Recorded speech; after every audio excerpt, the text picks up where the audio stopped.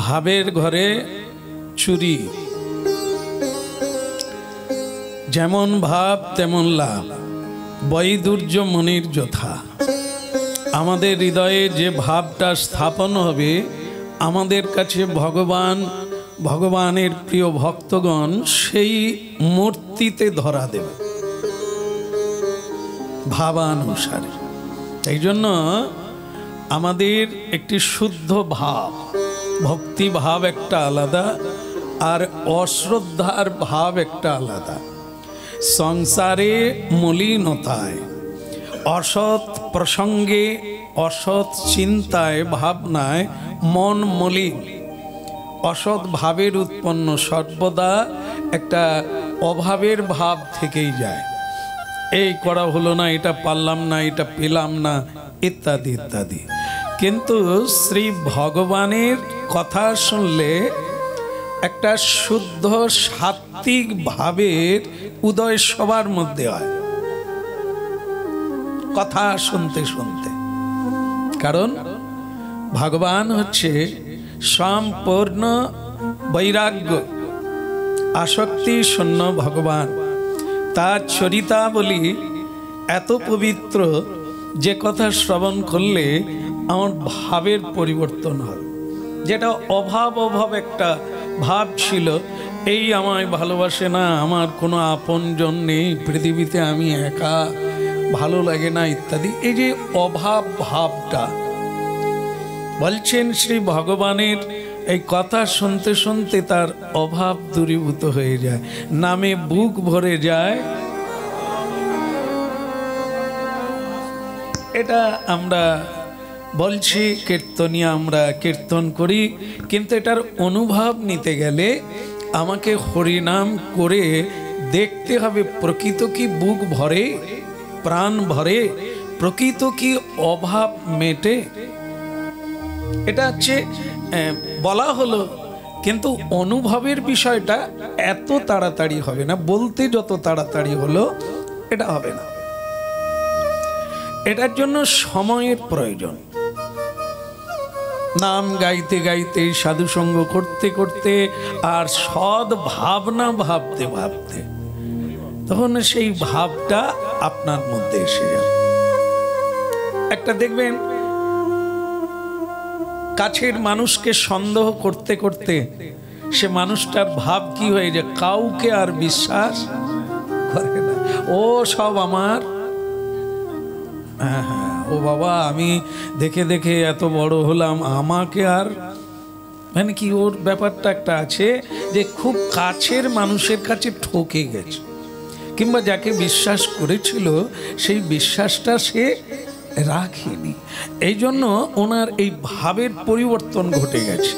তো সেই যাকেই দেখে সবাইকে মানে একই ধারণায় নিয়ে নেয়, ও সব ওই যে তিলক বাবা, ও সব ওই কি বলে দিনে করে হরি হরি, এই যেগুলো মানুষরা বলে আর কি। তাই এটাও বলা সোজা, কিন্তু এই ধারণাটা ভুল। কেন না, মানুষকে কখনো বাদ থেকে চেনা যায় না, কোনো মানুষকে। সাধু তো অনেক দূরে, এক কথায় মানুষকে চিনতে পারি না। বলুন না, আপনারা তো একটা অভিজ্ঞতা আছে, যাদেরকে নিয়ে জীবনের সংসারে আজকে 40 বছর কাটিয়ে দিলেন, কিরকম লাগছে? আপনারাই তো বলেন ওনাকে বিশ্বাস করা, হায় হায়।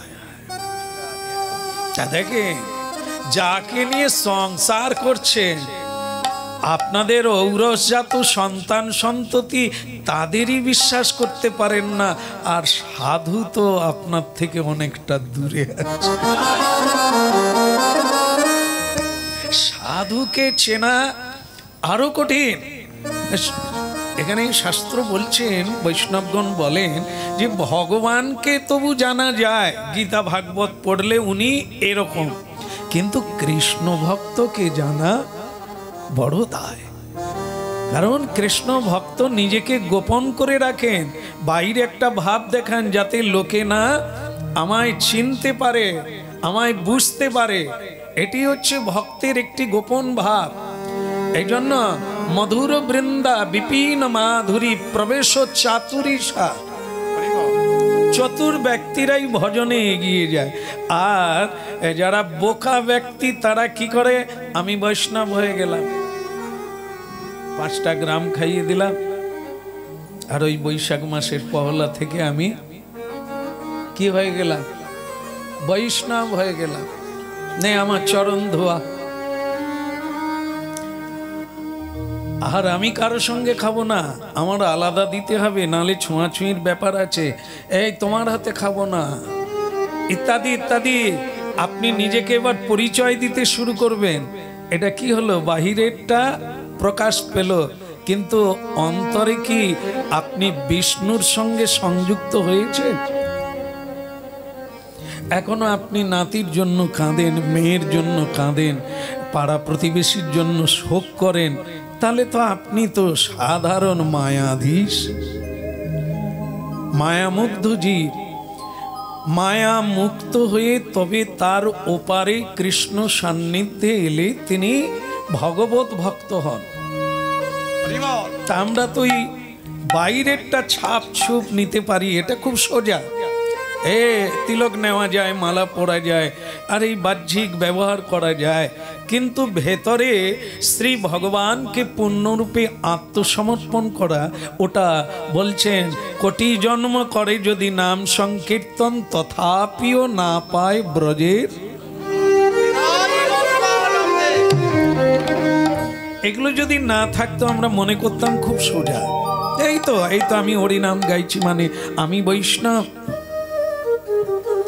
একেবারে বিষতুল্য এ বাক্য, এই মন নিয়ে যদি থাকি, বিষের চাইতেও ক্ষতিকারক আমার জীবন।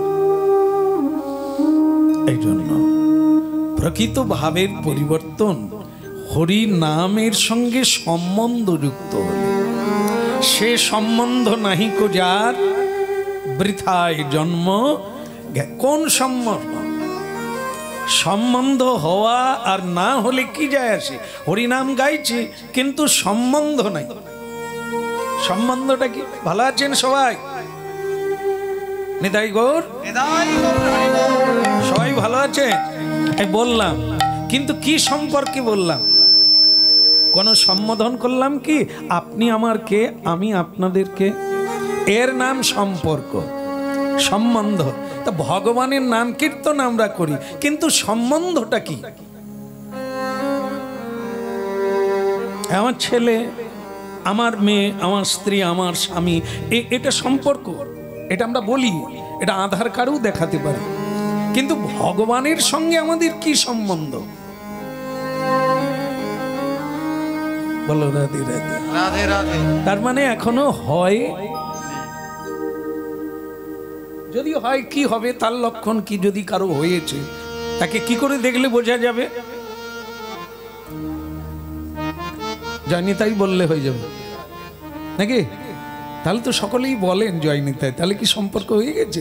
না। সবাই ফোন এনেছেন? নিশ্চয়ই আছে। মনে করুন এই হরিকথা শুনতে শুনতে ফোন এসে গেল, আপনি ধরবেন না ছেড়ে দেবেন? কি করবেন? প্রায় লোক দেখি কিন্তু ছাড়ে না, একটু মাথা ঝুঁকিয়ে শুনে নেয় কি বলছে বা কথা বলে নেয়, বলার পরেই আবার প্রণাম করে উঠে পালিয়ে যায়। মানে এটা কি দাঁড়ালো? তার মানে বাড়ির থেকে কোনো দুঃসংবাদ এসেছে, কেঁদে উঠল প্রাণটা, চলে গেলেন। তা কার জন্য চলে গেলেন? যার সঙ্গে সম্বন্ধ ছেড়ে গেলেন। কাকে? যার সঙ্গে সম্পর্ক, আমাকে আর বলার লাগবে?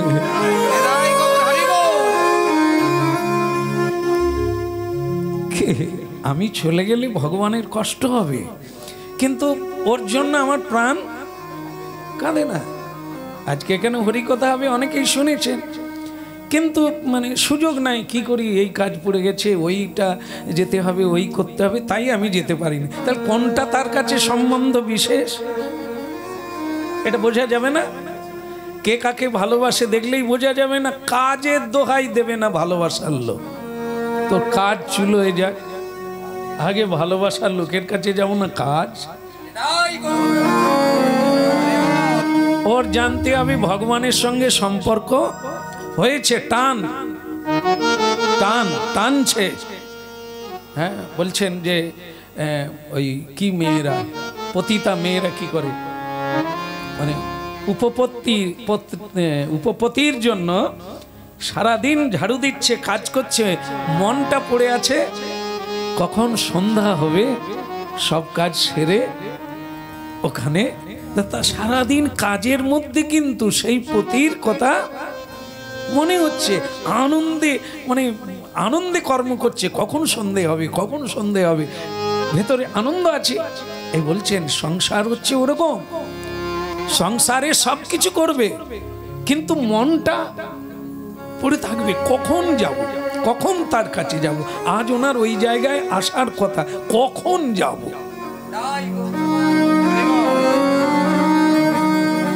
যদি শাশুড়ি মানে জটিলা পড়ে যায় সামনে, তবু কি আটকাবে? ছল চাতুরি যে করে যেতে হবে, তো ভালোবাসি। আর এদের বাসায় আছি, একসঙ্গে আছি, ভালোবাসি নি, এরাও আমাকে, যাকে ভালোবাসি তার কাছে। শ্রীকৃষ্ণের সঙ্গে এরকম যখন ভালোবাসা আসবে তাকে বলা হয় সম্বন্ধ। আর সেটা এলে তখন কি হবে? ভাবের বদল হয়ে গেল। কি ভাব ছিল? সংসার ভাব ছিল, মায়ার ভাব ছিল, অভাবের ভাব ছিল। এখন সেই ভাবটা বদলে গিয়ে গোবিন্দ চরণ। রাধা রানী কি জয়, মহারানী কি জয়, রাধা রানী কি জয়, ও রাধা রানী কি জয়, মহারানী কি জয়।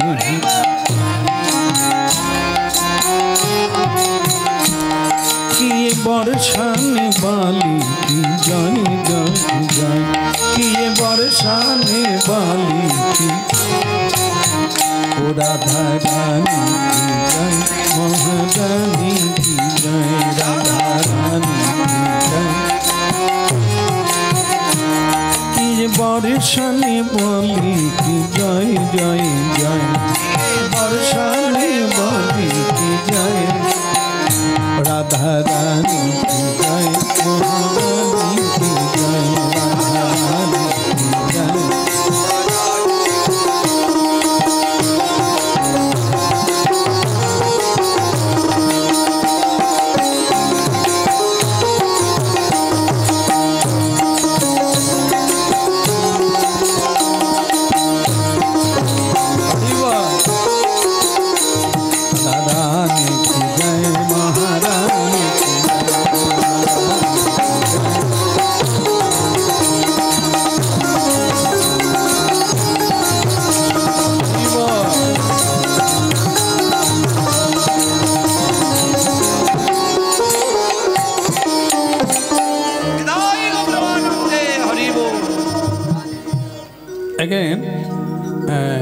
যেটা সবচাইতে গুরুত্বপূর্ণ বিষয় সেটা হচ্ছে এটাই, আমাদের ভাবের বদল অনেক আগে হয়ে যেত, আর এখন হতে দেরি হবে।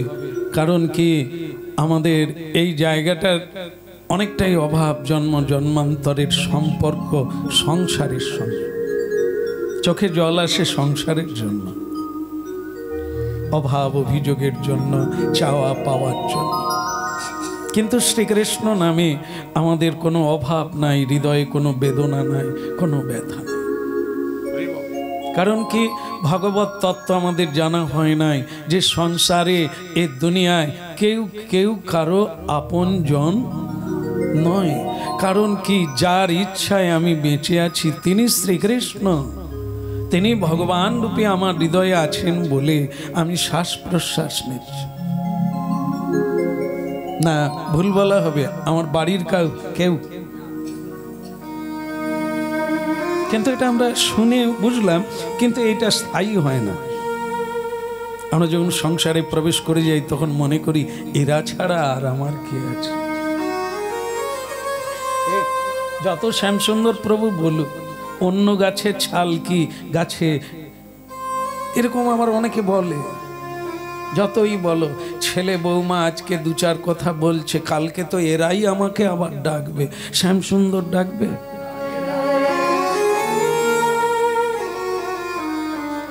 এখন আমি বৃন্দাবনে আছি, কয়েকদিন আগে গিয়েছিলাম, বৃন্দাবনে আছি, একজন এসে কাগজটা দেখাচ্ছেন, আচ্ছা এই নামে কেউ আছে এখানে? আপনি আপনার কে হয়? আমার বাবা পালিয়ে এসেছে, প্রায় বৃন্দাবনের কথা বলতেন, বৃন্দাবনে চলে যাব তো কয়েকদিন ধরে তাকে খুঁজে পাচ্ছি না। আপনার কিরকম জানা আছে? আপনার বাড়ি কোথায়? বলে আমার বাড়ি মেদিনীপুর, কেশপুর, পশ্চিম মেদিনীপুর। তো বলি আপনি কি দেখেছেন ওনাকে? বাবার বয়স কত? হ্যাঁ 75। তা আপনি এখনো খুঁজে নিয়ে যাচ্ছেন কেন? এই রোগের মন্দিরকে খুঁজে নিয়ে যাচ্ছেন কেন? যদি তিনি বৃন্দাবনে যান, হরিদ্বারে, তো যান না। অনেক দিন তো বাবা বাবা করলেন, এবার না হয় চুকিয়ে দেন। মনে করুন বাবা আর, তো তাকে শান্তিতে থাকতে দেন না, আপনি টেনে নিয়ে যাবেন কেন? মনে করুন দেখা হয়ে গেল, তো তাকে টেনে নিয়ে যাবেন কেন? যদি বৃন্দাবনে এসে যায়, শেষ জীবনটা কাটাক না। সে তখন বলে আপনি জানেন না, বাবা তো কোনো দলিল অল্টার করেনি, বাবার যে সব ব্যাংক ব্যালেন্স যা আছে কোনো কিছু তো কাউকে দিয়ে যায়নি। আপনি জানেন, ওনাকে যে ধরে রাখবে, যে পেয়ে যাবে, যেখানে থাকবে টোটাল সেখানেই দিয়ে দেবে।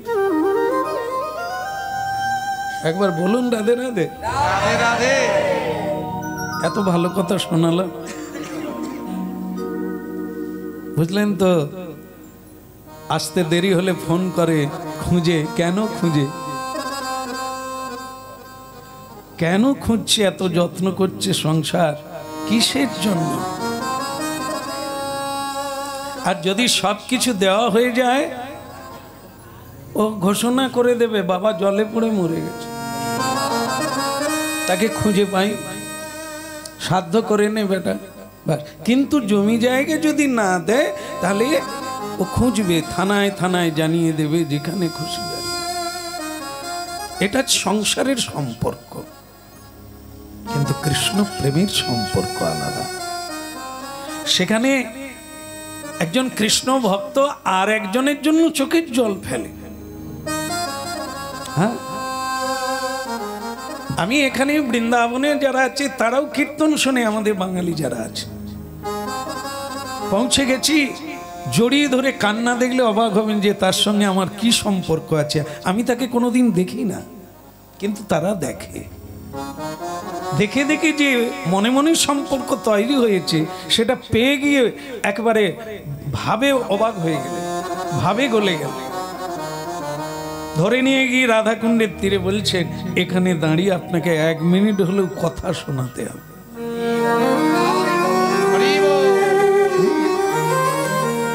আমার জীবনে মরে গেলেও স্মৃতি থাকবে যে আমি রাধাকুণ্ডে আপনার বদন থেকে কথা শুনছি। দেখুন, এটা কোনো রক্তের সম্পর্ক নাই, কাঁদছে, আমার জন্য অপেক্ষা করছে, সাধনা করছে, কোনো দিন ওনাকে দেখবই। একটা যুবক ছেলে জল নিয়ে যাচ্ছে, সে দেখতে, আপনি শ্যামসুন্দর প্রভু না? তার বাড়ি বাংলাদেশ, সে ওখানে নাম কীর্তন করে। সে কীর্তন শুনে শুনে আমাকে ভালোবেসে ফেলেছে, একটা যুবক ছেলে। হাউ মাউ করে কান্নাকাটি শুরু হলো। আপনাকে যে চাক্ষুষ দেখবো, এটা আমি রাধারানীকে জানাতাম। তো ভাবুন তো আমার তখন কি ভালো লাগে। আত্মীয় কারা? এই তো কৃষ্ণ ভক্ত যারা, তাদের সঙ্গে আমার কোনো লেনদেন নাই, শুধু কৃষ্ণ কথার আনাগোনা, দেখাও হয় না, অনলাইনে কীর্তন শোনে।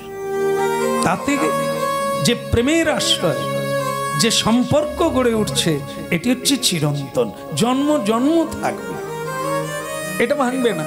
সংসারের স্বামী স্ত্রীর বন্ধন এ ভেঙে যাবে, এ অটুট নয়। এ সাধনার গুণে আলাদা আলাদা রাস্তা হয়ে যাবে। কিন্তু শুনিয়েছিলাম অক্ষয় তৃতীয়ার পরের দিন সাধনার ফলে আলাদা একজন হাতি হলো, মনে রাখতে হবে আর মিলিয়ে নিতে হবে, রাজকুমারী হয়ে গেল সাধনার। তাই এখানেও তাই, টুম্পার মা ঝুম্পার মা সব কেটে যাবে, কেউ থাকবে না। কারণ ওরাও তোমাকে চায় না, অমুকের মতো চায়, যা চাইবো তাই পাবো, যা করতে চাইবো তা তোমাকে ধরে রেখে আমার। আর তুমি যদি কৃষ্ণ ভক্ত হও, দয়াময় ঠাকুর আমার বউ চাই না, বাচ্চা চাই না, আমি তোমাকে চাই। ঠাকুর বলে তবুও তোমাকে একজন দেব তোমার জন্য, মানে তোমার মতো করে একজন আমি মিলিয়ে দেব। উত্তমে উত্তম অধমে অধম তিনি মিলিয়ে দেন, সাধনা অনুসারে, ভাব অনুসারে, বাসনা অনুসারে। আজকে আপনাদের একটি কথা বলি, ভারী সুন্দর চমৎকার ভক্তির জীবনধারা, যা শুনলে আমাদের ভক্তি বর্ধিত হবে, আমাদের শ্রদ্ধা বর্ধিত হবে, আমাদের ধৈর্য অটুট হয়ে যাবে। হরে কৃষ্ণ কৃষ্ণ কৃষ্ণ হরে হরে, হরে রাম হরে রাম, রাম রাম হরে হরে, হরে কৃষ্ণ হরে। একবার উলুধ্বনি করেন, হরে রাম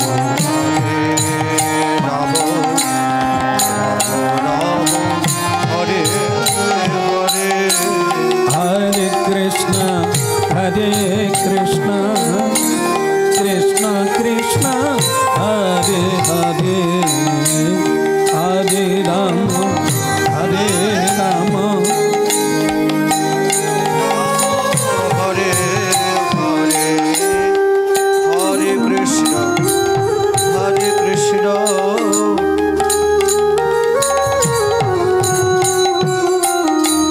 হরে রাম হরে রাম, রাম রাম হরে হরে, হরে কৃষ্ণ হরে কৃষ্ণ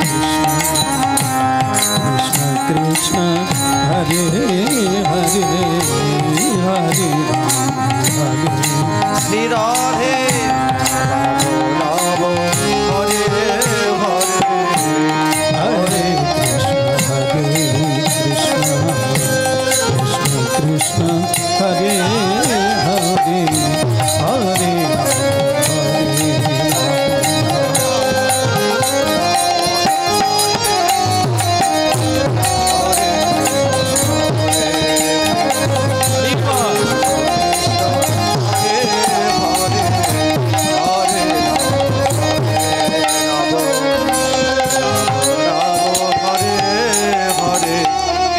গৌরাঙ্গ মহাপ্রভু কি, আরেকটু জোরে বলা যাবে না?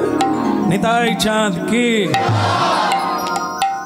আরো জোরে হওয়া দরকার ছিল, বলে গৌরাঙ্গিনী কি, পরম দয়াল শ্রী গুরুদেব কি, নিতাই গৌর।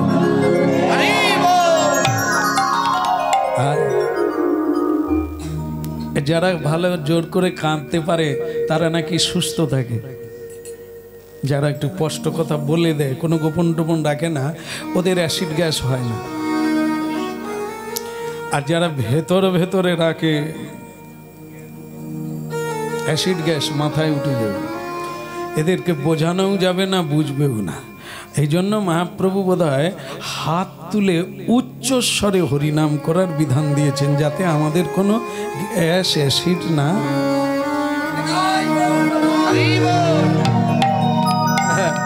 মানে কি বলছেন যে কুটি নাটি পরিহরি বল গৌর, গাও পুন পুন সরল। আচ্ছা মনে করো যে গাছ বাঁকা সে কি কাজে লাগে, আর যে গাছ সরল হয় খুব লম্বা হয় কি কাজে লাগে? আচ্ছা বাঁকা যদি হয় তাহলে সেও কাজে লাগবে, ওই জ্বালানি হয়ে যাবে। ভোগেও যদি লাগে একবারেই পুড়ে ছাই হয়ে যাবে। আর যদি ভালো সরল কাঠ হয় তাহলে ফার্নিচার, যেমন চেয়ার হতে পারে, চৌকি হতে পারে, সিংহাসন হতে পারে। হলে কি হবে, এখন কত বছর থেকে গেল গোবিন্দ সেবা। তাহলে আমরা কোনটা হব, বাঁকা?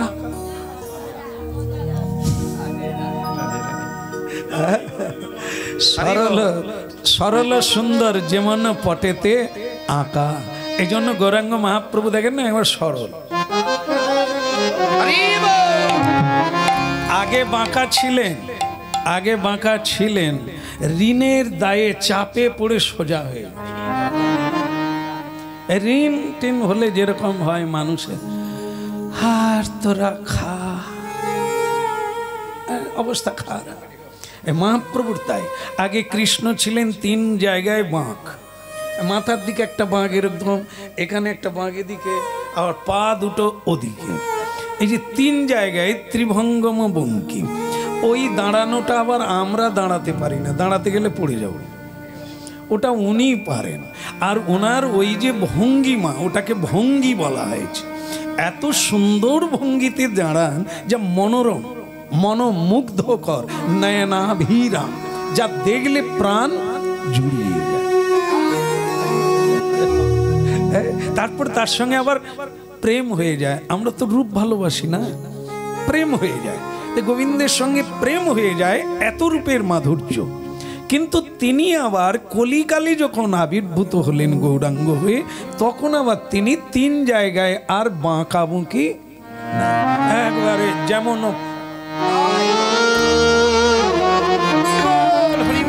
বৈষ্ণবগণ নিজেরাই সিদ্ধান্ত করছেন যে উনি ঋণের দায়ে বাঁকা হয়ে গেছে। তো ভগবানেরও ঋণ হয়, মাধব প্রভুর হতে পারে, বাড়ি বানিয়েছেন, কিন্তু অন্যজনের হতে পারে। ভগবানের কি ঋণ হয়? হ্যাঁ বলো রাধে। হ্যাঁ, তবে ভক্ত আমরা বলতে পারি, শব্দ বলতে বলতে সব একাকার হয়ে গেছে। আমিও ভক্ত, তুমিও ভক্ত, পুটির মাও ভক্ত, সেও ভক্ত, যে বিড়ি খেয়ে ধূপের মতো দেয় সেও ভক্ত। আমরা কাউকে বাদ দিইনি, কিন্তু বাজারে এসব চলবে না, সেখানে বাছাই করতে হবে। পোকা বেগুন আলাদা, খরিদ্দার এত বোকা না, সব একাকার করে দেবে, সব এক দামে হয়ে যাবে, ও হওয়ার নয়। সেখানে বাছাই হবে। এরকম উত্তম, মধ্যম আর কনিষ্ঠ আর অধম। কনিষ্ঠ মানে শুরু করেছে, অধম মানে এখনো শুরু করে। কনিষ্ঠ মানে শুরু করে দিয়েছে। কোমল শ্রদ্ধা, এই শ্রদ্ধা করতে শিখেছে, প্রণাম করা চালু করেছে, ভগবানের চরণে তুলসী দিচ্ছে, প্রতিদিন গীতা পাঠ করছে, এই কমল শ্রদ্ধা। এই সময়ই সাধকের বিপদ বেশি, এই কমল শ্রদ্ধা শুরুটা। পরে এতটা কষ্ট থাকবে না, শুরুটাই সাধন জীবনে খুব কষ্ট। কেন? কমল শ্রদ্ধা বলছেন। কমল শ্রদ্ধা মানে কি?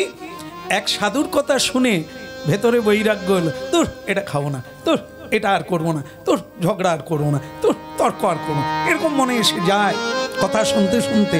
কিন্তু আরেকজন বলছে ওসব রেখে দাও, গীতা বলো, ভাগবত বলো, ওসব সাধু বৈরাগ্যের জন্য, আমাদের সংসারী জীবের জন্য। তিনিও পাঠক। আপনার শুনে ওখানে শুনলেন শ্রদ্ধা ভক্তি বড়। আবার কেউ বলছেন সব খা, না খেলে মরে যাবি, ভগবানের নাম গাইবি কি করে, সব খা। ইনিও গুরু। তো আপনার কোনটা ভালো লাগবে? সব কিছু থাকবে, সব কিছু খাওয়া চলবে, এই কথাটাই ভালো। তার মানে কি হলো? আগে ছিল একরকম ভাব শ্রদ্ধা, সেটা টলে গেল, একে কমল শ্রদ্ধা বলে। কমল মানে নরম। কাদা কি হয়? কাদায় যদি খুঁটি পোতা যায় কি হবে? যেদিকে ঠেলবে। আর শক্ত মাটিতে যদি পোতা যায়, তো কেউ যে যা বলুক, আমি যা শুনে নিয়েছি, যা জেনে ফেলেছি, ও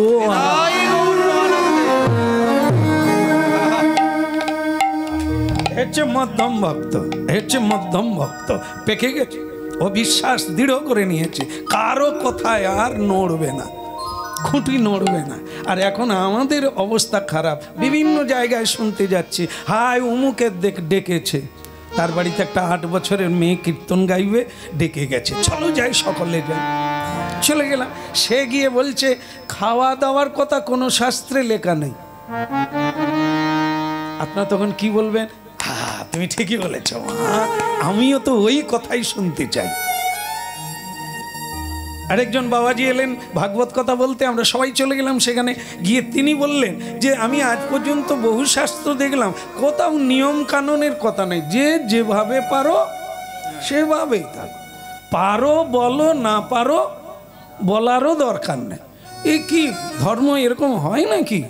আপনাদের ভালো লাগে এই কথাটা কিন্তু ভালো, অত নিয়ম কানুন কি? এই আমাদের কমল শ্রদ্ধা খুঁটি নড়বড়ে করে, যে যেদিকে ঠেলবে, বলো রাধে রাধে। ঠাকুর হরিদাসকে বলছে বাঁচবে যদি হরিনাম ছেড়ে দাও, আর মরবে যদি হরিনাম ধরে রাখো। তো তিনি বলছেন খণ্ড খণ্ড হয় যদি যায় দেহ প্রাণ, তথাপি না ছড়ব এই মধুর। আমরা কি বলি? বাঁচলে বাপের না, বেঁচে থাকি তো সেই ভালো, কি দরকার হরিনাম করা, হরি কি খেতে দেবে? দরকার নেই, ছেড়ে দাও। তা আমাদের হচ্ছে এই ধারণা। হ্যাঁ, আর দৃঢ় ভক্ত তিনি বলছেন যদি মরেও যায়, মরে তো যেতে হবে, তা বলে সত্যকে জেনে ছেড়ে দেব? আবার তো জন্ম হবে, আবার তো সুযোগ পাবো, এই হচ্ছে দৃঢ়। জীবন যায় যাক, হ্যাঁ, খেয়ে মরে না, যারা ভালো মন্দ খায়, হ্যাঁ, তারা মরে না, তারাও মরে। আর যারা হরিবোল বলে প্রসাদ পেয়ে, তারাও মরে। তাহলে কোন মরাটা ভালো? হরিকে তো পেলাম, হরি বলাটা তো হলো, হরি ভক্ত তো হওয়া গেল, কিন্তু উনি তো হতে পারলেন না। শ্রীকৃষ্ণ গোবিন্দ হরে মুরারি, হে নাথ নারায়ণ বাসুদেবা।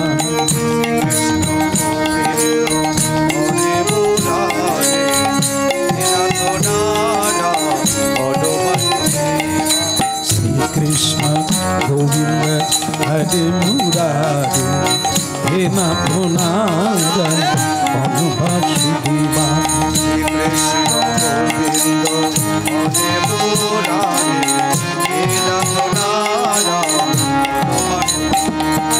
হে নাথ নারায়ণ বাসুদেবা।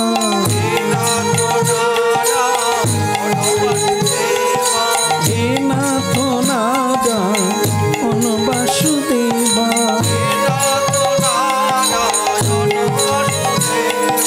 হে নাথ নারায়ণ বাসুদেবা।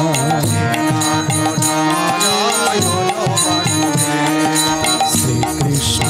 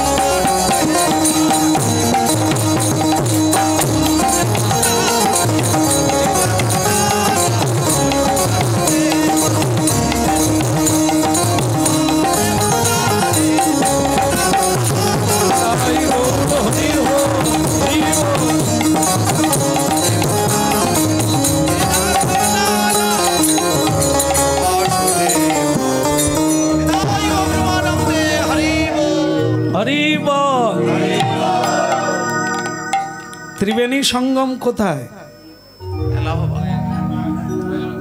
তীর্থরাজ প্রয়াগ, যা ৪৫ দিন ধরে মহাকুম্ভের সমারোহ হয়ে গেল। সেই জায়গা আদি থেকে, পৃথিবীর শুরু থেকে ও মহাতীর্থ, এই জন্য তীর্থরাজ বলা হয়। যত তীর্থ আছে তার মধ্যে রাজা মুকুটমণি, ওই মহাতীর্থ আজকের জায়গা নয়। দেব দেবী গন্ধর্ব কিন্নর যক্ষ রক্ষ দানব মানব সকলের ওখানে সাধন সিদ্ধি হয়, এমন একটি জায়গা। সেই জায়গায় পালকি করে এক রানীমা স্নান করতে গেছে।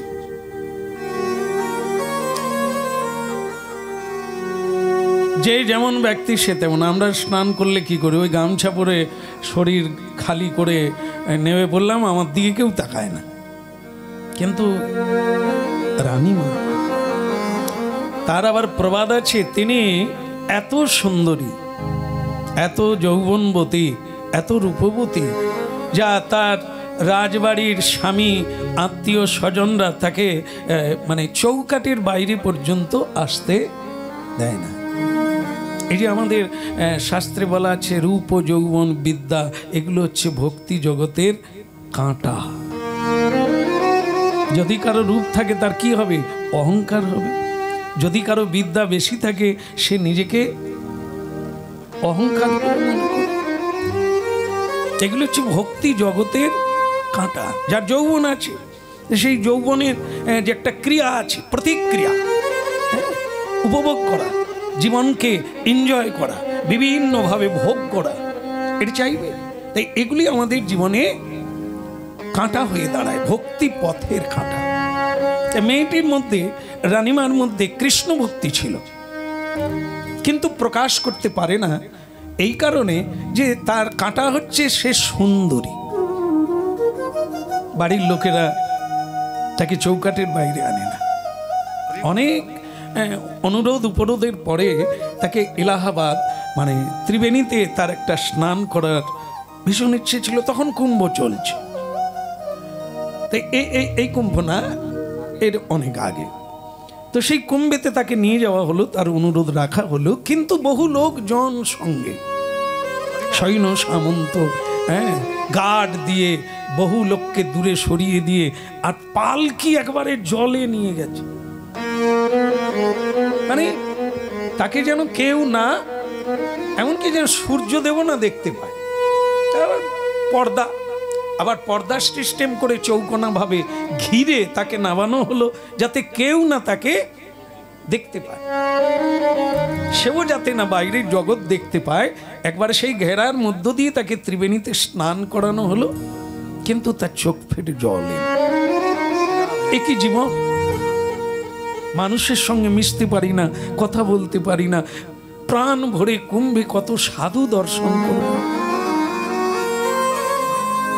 সাধু দর্শনে মানুষের জীবন বদলে যায়। দর্শনে সাধুর জীবন ধারা সহজ সরল সুন্দর জীবন। সাধুর টেনশন নাই, সাধুর উপার্জন নাই, সাধু সঞ্চয় করে না, সাধুর সংসার নেই। এই যে নির্বিকার সরল সুন্দর জীবন, এই জন্য সাধু দর্শনে জীবের যে কল্যাণ হয়, গঙ্গা স্নান করলে জীবের কল্যাণ হয়, কিন্তু সাধু দর্শনে পরিত্রাণ। চাই বৈরাগ্য। এই জন্য মহাপ্রভু সন্ন্যাস নিলেন। ভোগবাদী জীবকে ত্যাগের পথন দেখাতে হবে, ত্যাগের পথ দেখাতে হবে, নাহলে কেউ শান্তি পাবে না।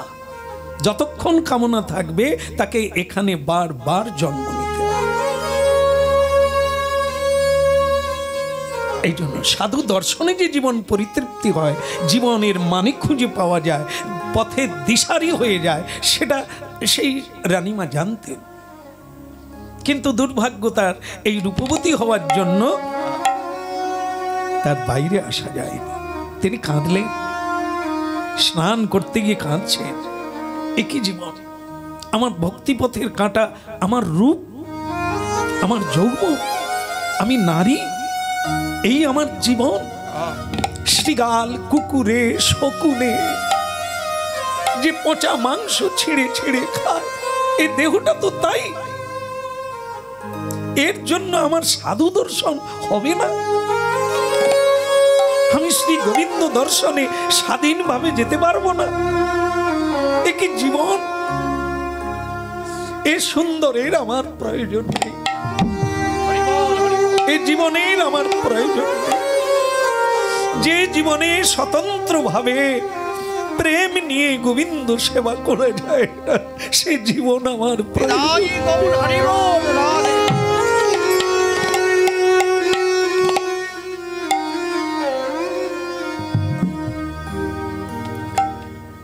দেখুন।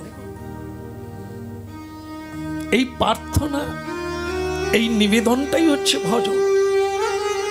যাওয়ার লাগে না, কোনো জায়গায় যাওয়ার লাগে না, তবে লাগে ততক্ষণ যতক্ষণ আপনাকে জানতে হবে,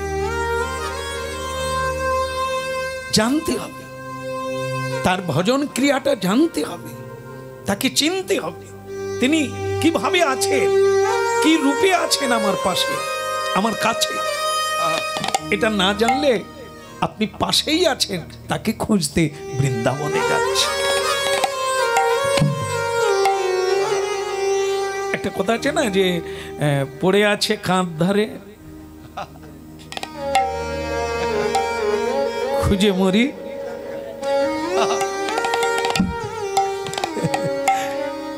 ঈশ্বর তত্ত্ব বাহিরে না, ঈশ্বর তত্ত্ব অভ্যন্তরীণ, ভেতরে যা আছে সব এখানে, শুধু জানার।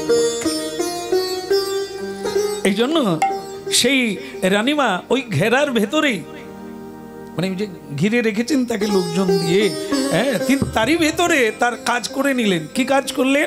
তিনি ওই ত্রিবেণীতে স্নান করে বললেন, হে ত্রিবেণী, হে মহাতীর্থ, আজকে আমার আসার উদ্দেশ্য তোমার কাছে ওই একটাই প্রার্থনা করলাম, তুমি যদি বাঞ্ছা কল্পতরু হয়ে থাকো, হে মাধব, বিন্দু মাধব, হে কৃষ্ণ, হে মহাতীর্থ প্রয়াগ, তাহলে আজ আমার হৃদয়ে এই একটাই বাসনা, আমি এ রূপ চাই না, আমি যেন নিচ কুলে গিয়ে জন্ম, আমি যেন কুরূপিণী হই, কেউ আমার দিকে তাকাবে না, আমার রূপের আগুনে কেউ পুড়ে মরবে না। ভাব বদলে গেল না? এই হচ্ছে অভাব মিটায়। এই ভাবটা না আসলে আমি চাইবো কি করে? আমরা তো আরো দুর্গা পূজা বলেন, এই যে দুর্গা অষ্টমী অঞ্জলি দেওয়া হয় না? হাত জোড়া করুন, চোখ বন্ধ করুন, বলুন, রূপং দেহি, মরে যাবি রে।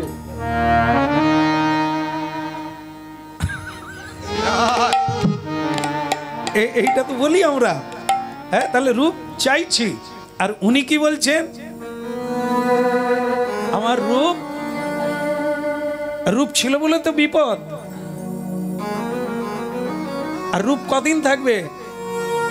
হ্যাঁ, এখন এরকম করছি, আর দুদিন পরে ঠোঁট ফেটে রক্ত পড়বে, কেউ ঘুরেও।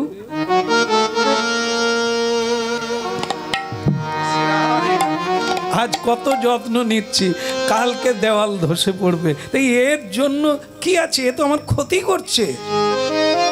তাহলে কি দেহ দরকার নেই? দেহ নালে ভজন হবে না, দেহ নালে সাধন হবে না, দেহ নালে বাঁচা যাবে না। তাহলে এই না যে আমাকে সবাই, আমার দিকে সবাই তাকিয়ে থাকুক। বলো রাধে রাধে।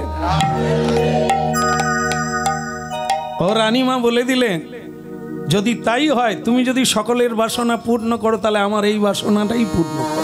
আমি যেন কুরূপিণী হই, নিজ কুলে, যার কোনো বংশমর্যাদা থাকবে না, কেউ বলবে না আহা।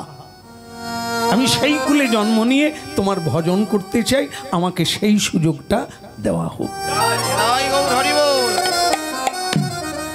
ভক্তমণ্ডলী মায়েরা, আপনারা শুনলে অবাক হবেন কার কথা বলা হচ্ছে। তার নাম হচ্ছে শবরীজি, যিনি ভক্তিমতী শবরী। তিনি আগের জন্মে একজন রানীমা ছিলেন। এই অপূর্ব সুন্দরী। আর তিনি প্রার্থনা করলেন ত্রিবেণীতে, যেন আমি কুরূপিণী হই, আমার যেন রূপ না থাকে, আমার যেন যৌবনে অপল্লক আকৃষ্ট না হয়, আমি যেন ভজনে আকৃষ্ট হই, আমার চিত্ত মন প্রাণ যেন তোমার। আজ কথা শুনলেন ত্রিবেণী সঙ্গম। তার জন্ম হলো চণ্ডালীর বাড়িতে, নিচ কুলে জন্ম হলো। আর দেখতে একেবারে কুৎসিত, ওকে বোধহয় কোনো ছেলে দেখতেও যায় না।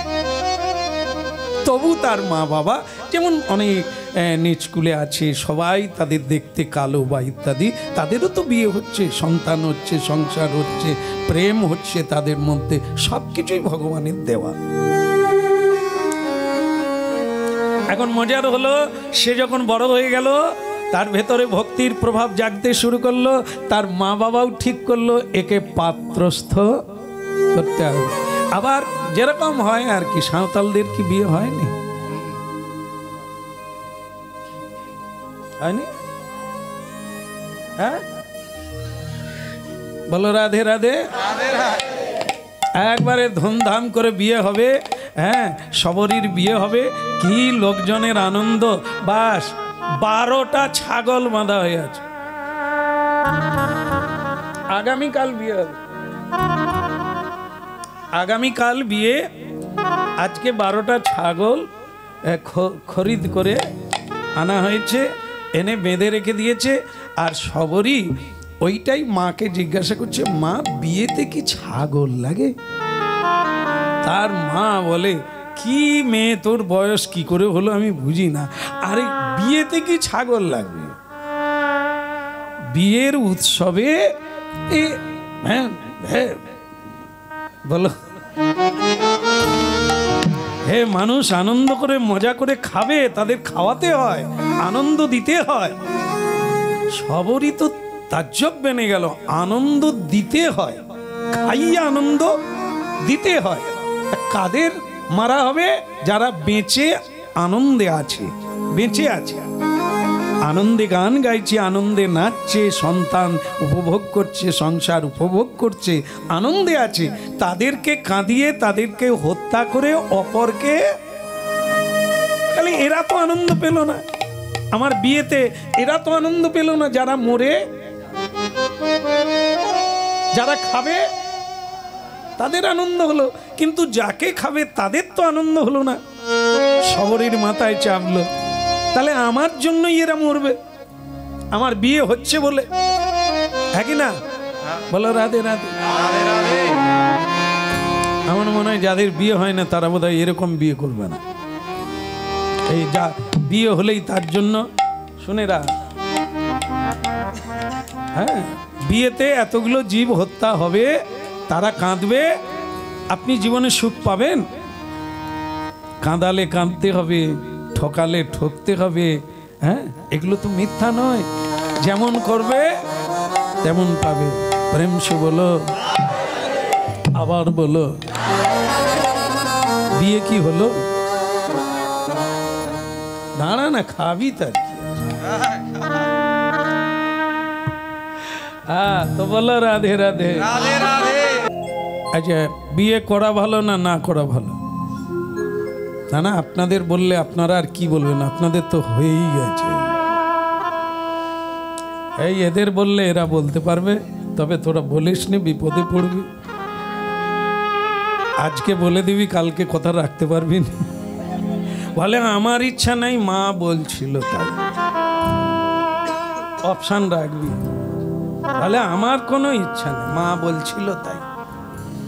বলো আচ্ছা, এখন সবরীর সেই জায়গায় কাঠগোড়ায় দাঁড়িয়ে আছে, কি করবে? ছাগল 12টা এসে চিন্তা করলো যে এক তো আমার জন্য এরা মরবে, তাই এরা, এদেরকে যারা খাবে, তার মাথায় যেটা এসছে, তারা কারা? যারা এদেরকে খায় তারা কারা? অসুর প্রভাব।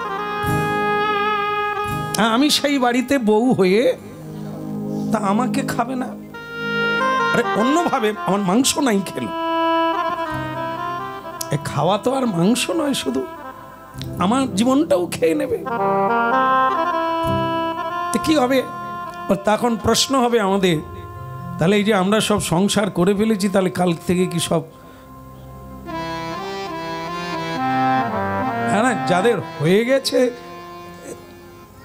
থাক, আর কি করা যায়। তবে এটাও তো বলতে পারবো না যে আপনারা পেয়ে যাবেন। যেমন একটা দৃষ্টান্ত দিয়েছেন, যেমন ধরুন ওই যে কি বলে সবচাইতে ছোট দানা রান্না হয়, সর্ষে, সর্ষে, ওটা হচ্ছে ছোট দানা। আচ্ছা আচ্ছা, তেল বার হয়, ওটা হচ্ছে সর্ষে থেকে। সর্ষে 1 টাকার সর্ষে কিনলে দিবেন দোকানদার অল্প হলেও, আর দেবে দেবে, আমার দোকানে যাবেন, মেনে নিতে পারে না, বলে এখন আর দেয়নি। ছিল তো, আমরা কিনেছি তো, 10 পয়সার সর্ষে কিনেছি, তা আমি কম দিনের বুড়ো নাকি, কিনেছি। হ্যাঁ, তা তো সেই মনে করুন 1 টাকার সর্ষে কিছুটা দিল, তা আপনি আনলেন কাগজের মোড়ক করে আনলেন, ওই মানে বাড়িতে আনলেন, তা হঠাৎ আপনি কি করে পড়ে গেলেন, পড়ে গিয়ে আপনার দরজার কাছে সর্ষের পুতুল ছিঁড়ে গিয়ে জয়েনি যায়। এইবার বলুন, 1 টাকার সর্ষে এনেছিলেন যতগুলো, ওইখানে পড়ে গেছে, আপনি কুড়িয়ে কি টোটাল সর্ষে জোগাড় করতে পারবেন? কারণ আপনারা জানেন যে এটা সমস্যা আছে, সর্ষে তো এমন দানা, ও যে কোন দিকে চলে গেছে, ও যত দানা ছিল খুঁজে জোগাড় করা, ও 4টিখানি কথা নয়। এখন বলছেন যে আমাদের মনটাও হচ্ছে সর্ষের পুডলি, আমরাও হড়কে গেছি, বুদ্ধিহীন জীব। মা বলে এ কর, বাপ বলে এ কর, বন্ধু বলে এ কর, বাস ওই হড়কে পড়ে গেছি। মন এখন ছড়িয়ে সর্ষের মতো।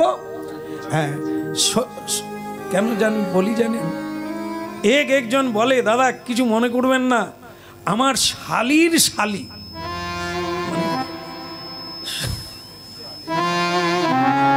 শালির কি হবে রে, সরোর সরো, কেমন, তিনি হাসপাতালে আছে, আমি তোমার করতাল বাজাইতে পারবো নি আজকে, অন্য কাউকে নেই। আমি, তুই এত দূরের আত্মীয়ের দেখভাল করিস?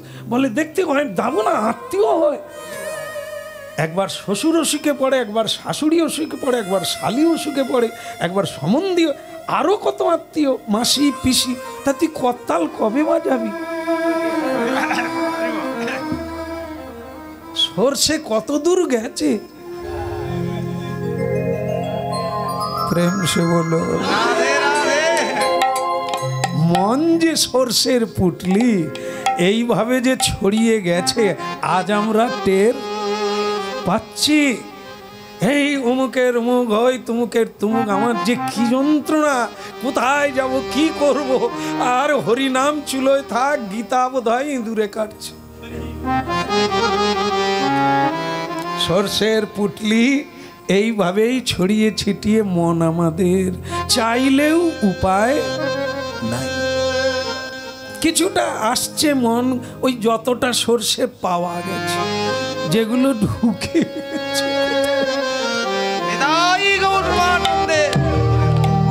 তাকে আর সবরই চিন্তা করলো, নিকুচি করেছে, সর্ষের পুটলি আমার, যতগুলো দানা পেয়েছি সে তো আমার, নিঃশ্বাস প্রশ্বাস কার জন্য ক্ষতি করব?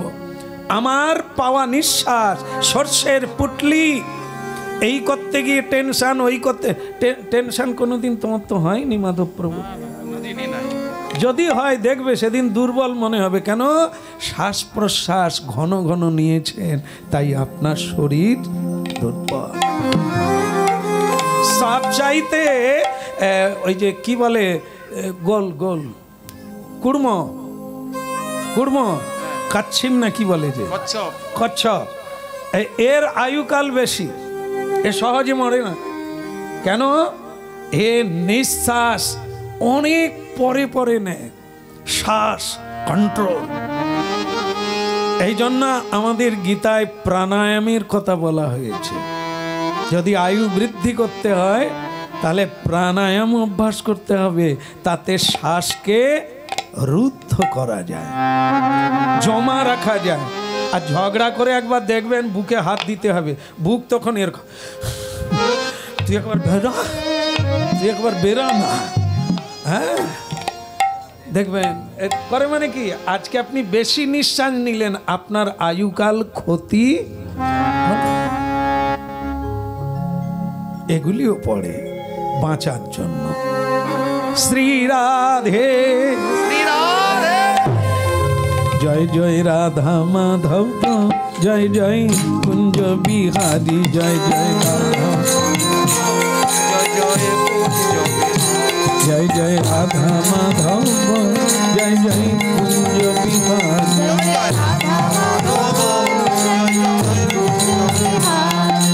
গোপী জন বল্লভ গিরি বড়ধারী,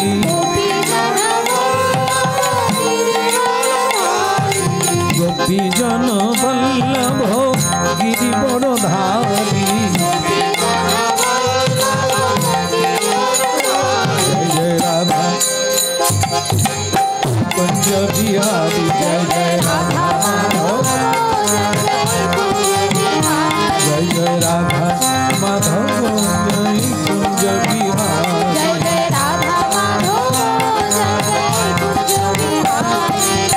কুঞ্জ বিহারী বল গিরি বরধারী, কুঞ্জ বিহারী বল গিরি বরধারী।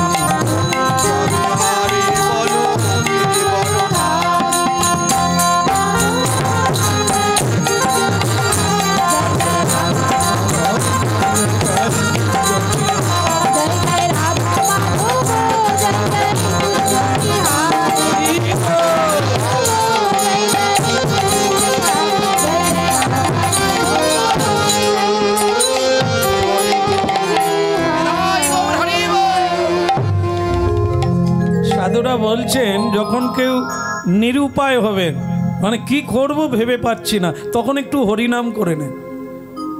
বলছেন স্বয়ং ভগবান তো বুদ্ধির গুরু, উনি আপনার মাথায় চেপে একটা বুদ্ধি দেবে, যে বুদ্ধিতে আপনি সেই পথেই চলবেন। সিদ্ধান্ত নিতে পারছি না, ঘর ছাড়বো না বিয়ে করব, না মেনে নেব না মানবো না, এই যখন আমরা অকুত ভয় হয়ে পড়ি, কি করব কি না করব, ঠিক সেই সময় তুমি একটু হরিনাম করে নাও। হরিরূপী নাম রূপী হরি তোমার ভেতরে ঢুকে তোমাকে একটা পারের তৈরি।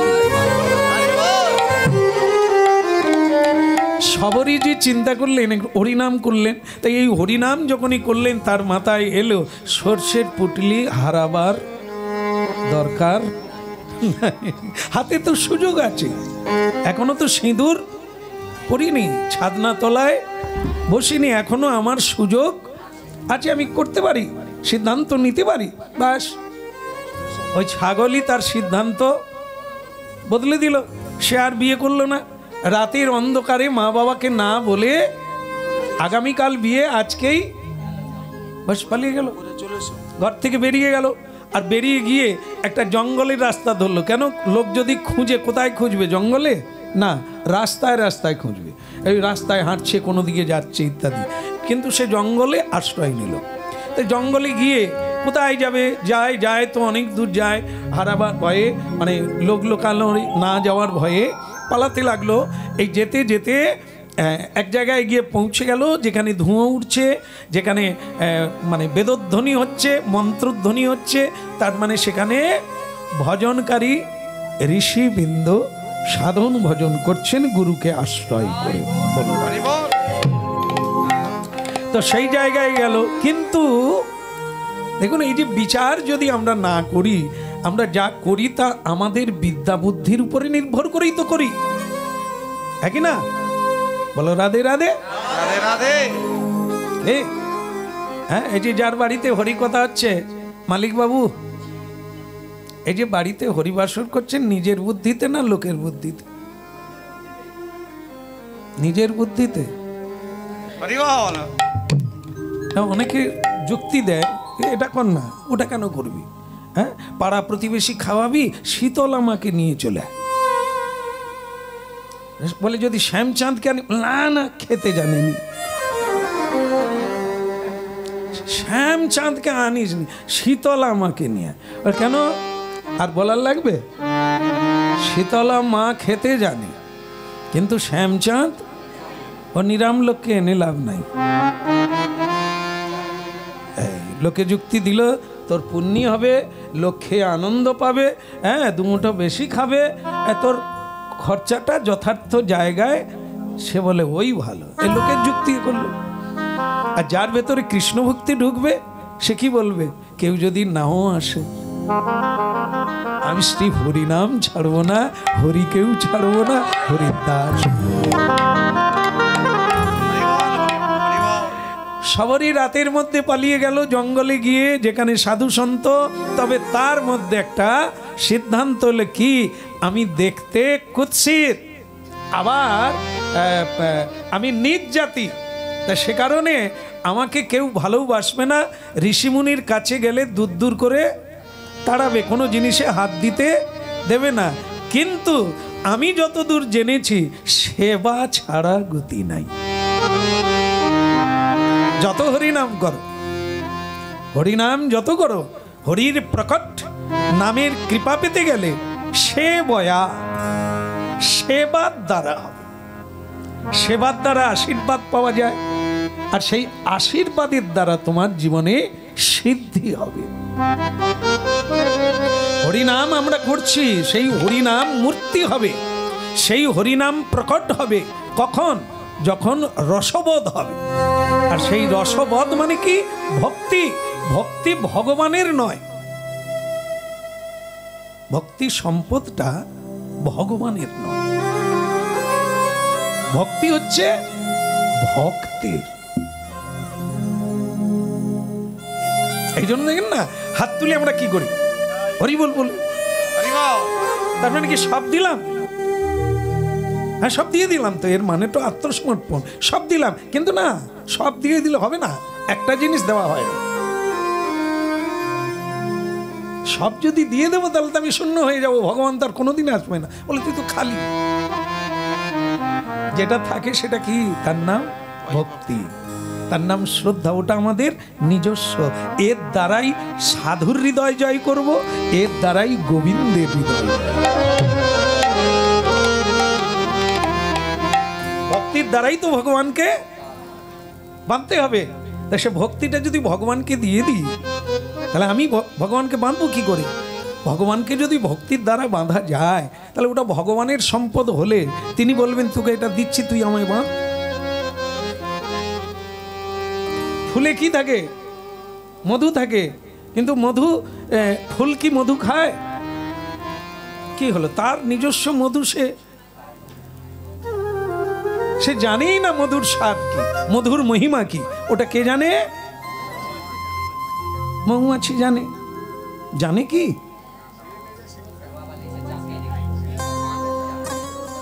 কে জানে? যারা চাক ভাঙে না, না তারাও আবার বিক্রি করে। যারা 50-100 কিনে,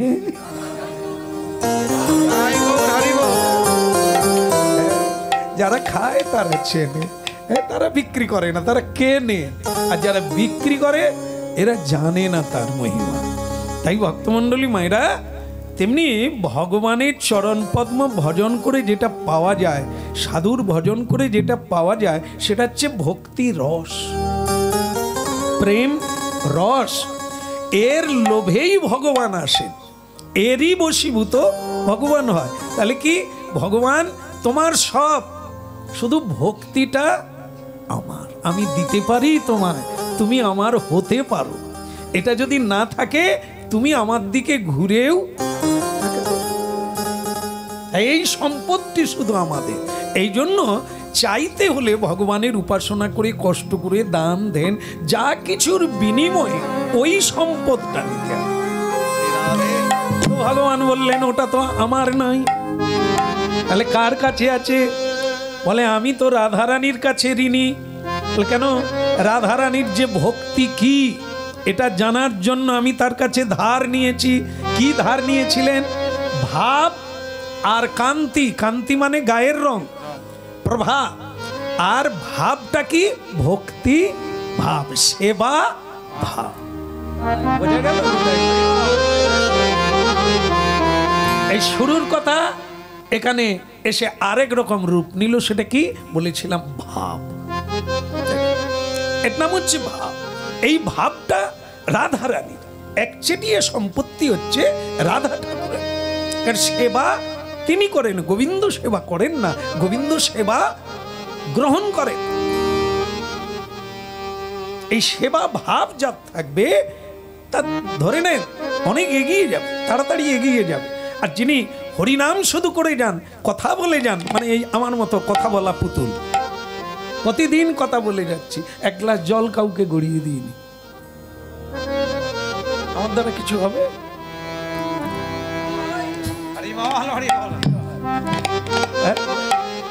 এই জন্য আপনাদের চরণে পড়ে আছি, ডাক দিলেই চলে আসে। কিছু না হোক, একটু তো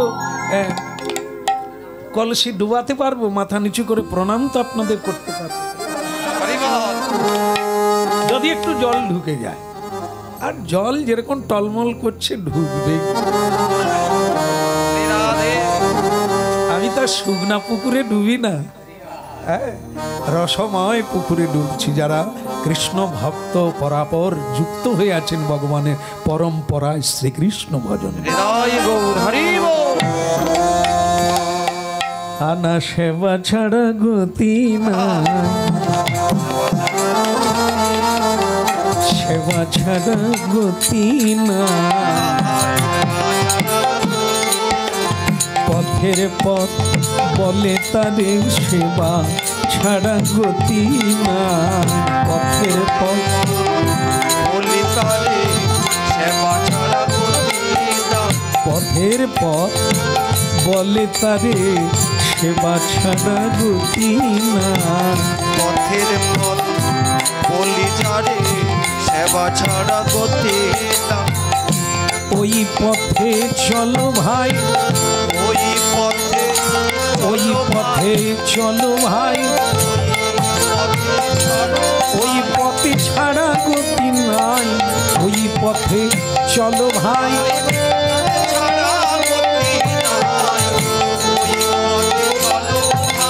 যেজন সেবা জানে সেবা জানে, ওই পথে চলো ভাই, সেবা জানে সেবা জানে, ওই পথে চলো বলে সেবা গানে সেবা গানে, ওই পথে চলো ভাই, সেবা গানে সেবা গানে, ওই পথে চলো ভাই, ওই পথে চলো ভাই, ওই পথে চলো ভাই, হানি তাই গৌরাঙ্গ বলে, ওই পথে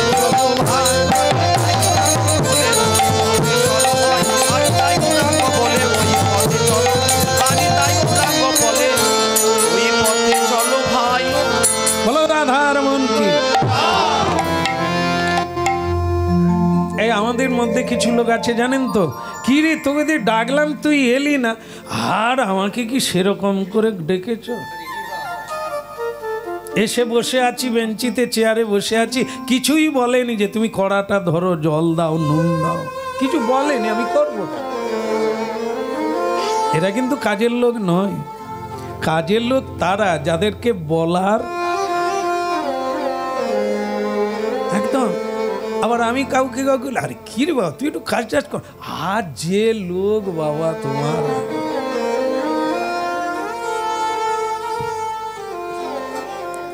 একবার আশ্রমে মাটি কাটা হচ্ছে, আমাদের মাধব প্রভুকে ডেকেছি।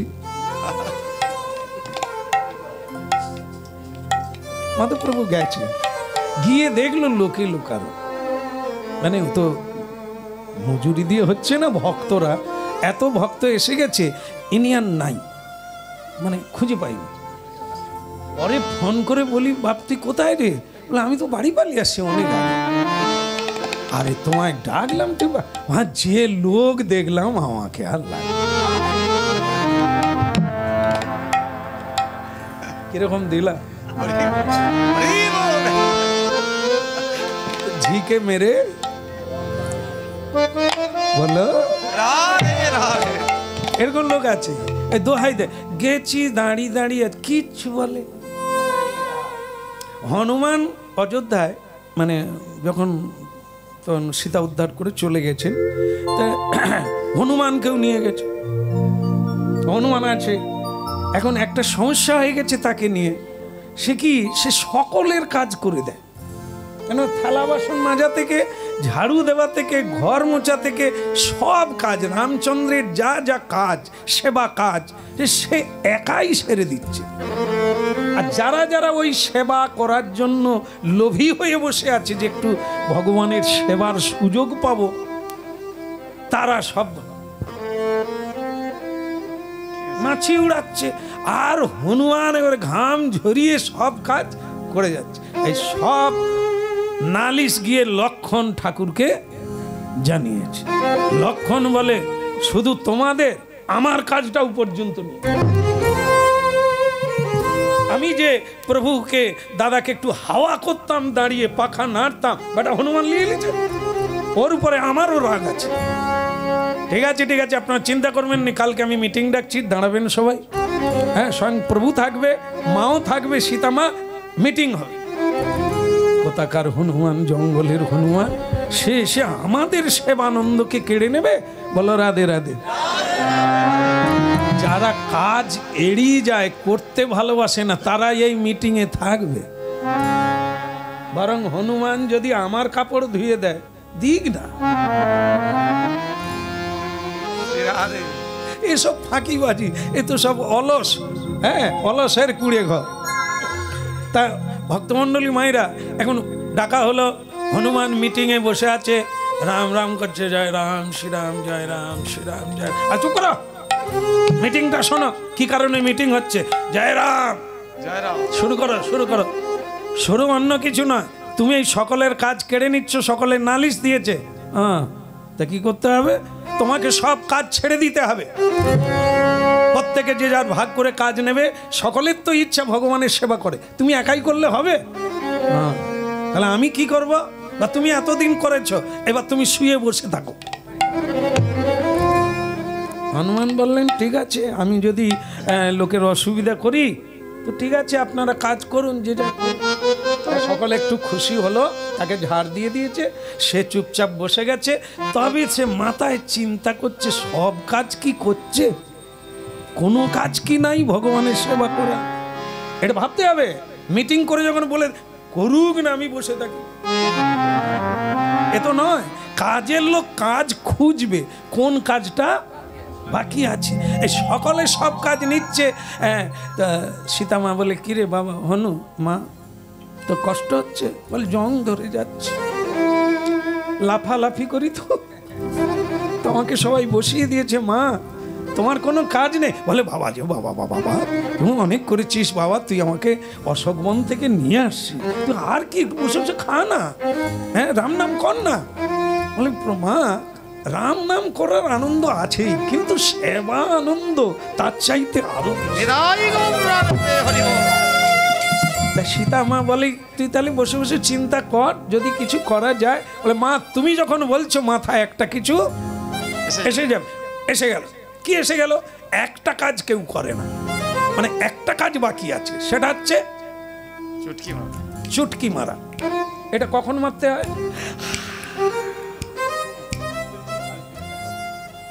ভগবান যখন হাই তুলবে, চুটকিটা কে মারবে? কোনো লোক নাই, সকলেই তো বড় বড় কাজে ব্যস্ত। হনুমান চিন্তা করলেন, ওই কাজটা আমি। ভগবান যখন হাই তুলবে, সেই সময় যে চুটকি মারতে হয়, ওটা কি ভগবান করবে? ওটা যদি আমি করি, তাহলে ভগবান আরাম নেবে। তাই বার হনুমান মাথা গোড়ায় বসে আছে, এরকম রেডি হয়ে আছে, মানে হাই উঠলেই মারবে। তো ভগবান তো বিশ্রামে আছেন, তো সে এরকম রেডি হয়ে আছে। এইবার রাত্রিবেলাও সে যখন বাবা শুইতে গেছে, হনুমান বসে আছে। দিনের বেলা শুতে গেছে, দেখে হনুমান। মা জানো কি দেখলো? তো আমার কাজটাও নিল। আমি যে একটু প্রভুর পদ সেবা করবো, তা হনুমান থাকলে কি করে করবো? স্বামীর ঘরে হনুমান, বারবার সীতামা আসে, হনুমানকে দেখে পালিয়ে গেল। হনুমানকে দেখে গিয়ে তার কৌশল্যা মা বলে, বৌমা কিছু হয়েছে? না না, ওই ছেলে হনুমানটা বসে আছে আর কি। এই রাত্রিবেলা? রাত্রিবেলা কি করছে? বলে ওই বোধহয় প্রভু চুটকি দেওয়ার জন্য বসে আছে। আর চুটকি তো তুমি দিতে পারো বৌমা, দিনের বেলা হয় আলাদা, রাত্রিবেলা বিশ্রাম করবে তোমরা, তা না হনুমান। হনুমান, আগে মা, তা তুমি ওখানে কি করছো? চুটকি, চুটকির কাজটা তো কেউ নেয়নি। হ্যাঁ ও ঠাকুমা, চুটকি, চুটকিটা মারতে হবে। কৌশল্যা মা বলে, বেরিয়ে। এখন বেরিয়ে মা যাবে, মা ওখানে বিশ্রাম করে না? হ্যাঁ তা করে। বল তুই বেরিয়ে আয়। ও মনে ছিল না, বেরিয়ে আসছে। কিন্তু তার খেয়াল হচ্ছে এই বাবার যদি মানে হাই উঠে চুটকিকে দেবে, সে ঠিক করলো ছাদে বসবো। বাবা যেখানে শুয়ে আছে সেই সোজা ছাদে বসবো, আর কখন হাই উঠবে আমি তো দেখতে পাবো না। তার মানে আমি ঠিক করে রাখছি সব সময় মেরে যাব। যখনই হাই উঠবে ওই চুটকি কাজে লেগে যাবে। হ্যাঁ, তারপর সে সব সময় রাম রাম রাম রাম রাম রাম রাম রাম রাম ভজলে রাম রাম রাম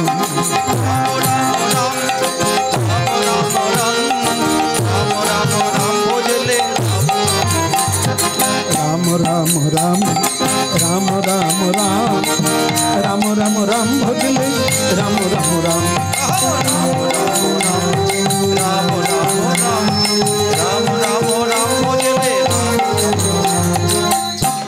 আমলর জয় সিয়া রাম কি।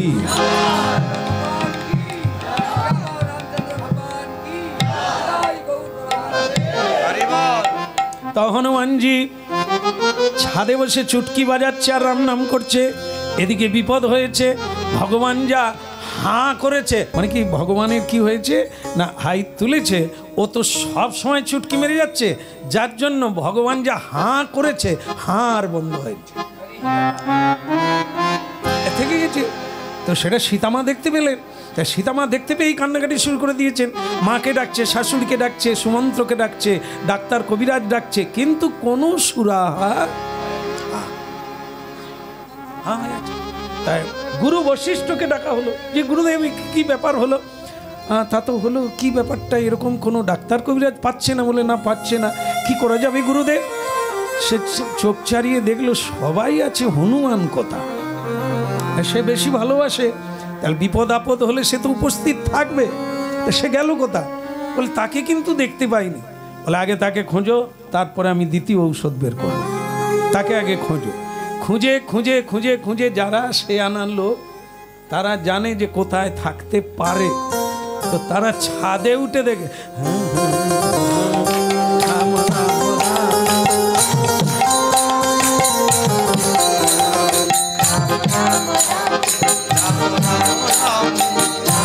রাম রাম ভজলে রাম রাম।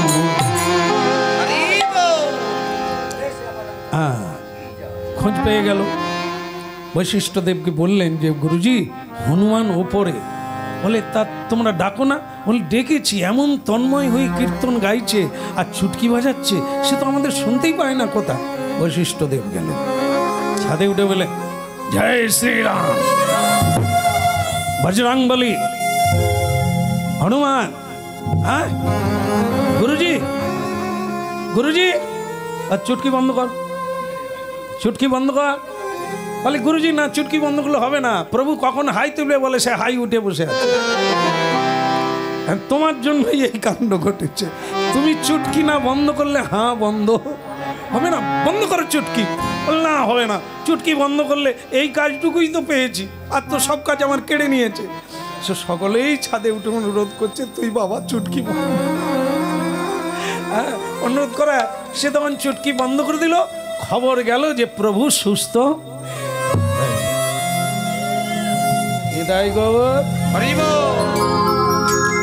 তো ভগবান হাসছেন। লক্ষণ তখন আবার সবাইকে ডেকে বললেন আপনারা কথাটা ফিরিয়ে নেন, হনুমান যা কাজ করে করতে দেয়, নাহলে বিপদে।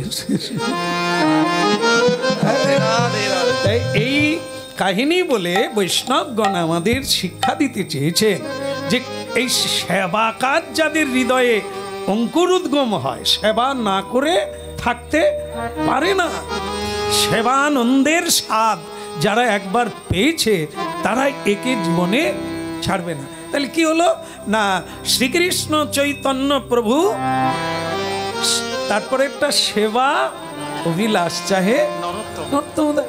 কেন নর্তম দাস ঠাকুর বলতে পারতেন আমি যেন নাম গাইতে পারি, বসে বসে শুধু নাম গাইব? তা তিনি কেন বললেন? যেন সেবায় অভিলাষ চাহে, সেবা চাই, সেবাতেই পরম আনন্দ, সেবাতেই ভক্তি, সেবাতেই মুক্তি, সেবাতেই পরম। জানেন তো বিষয়টা কি? শবরীর প্রতীক্ষা। প্রতীক্ষা মানে একদিন নয়, 1 ঘন্টা নয়, হ্যাঁ, ওটা হচ্ছে 1000 বৎসর। 1000 বৎসর প্রতীক্ষা করেছিলেন ভগবানকে পাওয়ার জন্য। তো যাই হোক, আমরা অতদিন তো থাকতে পারবো না, বলতে কি আমরা তো বাঁচবই না।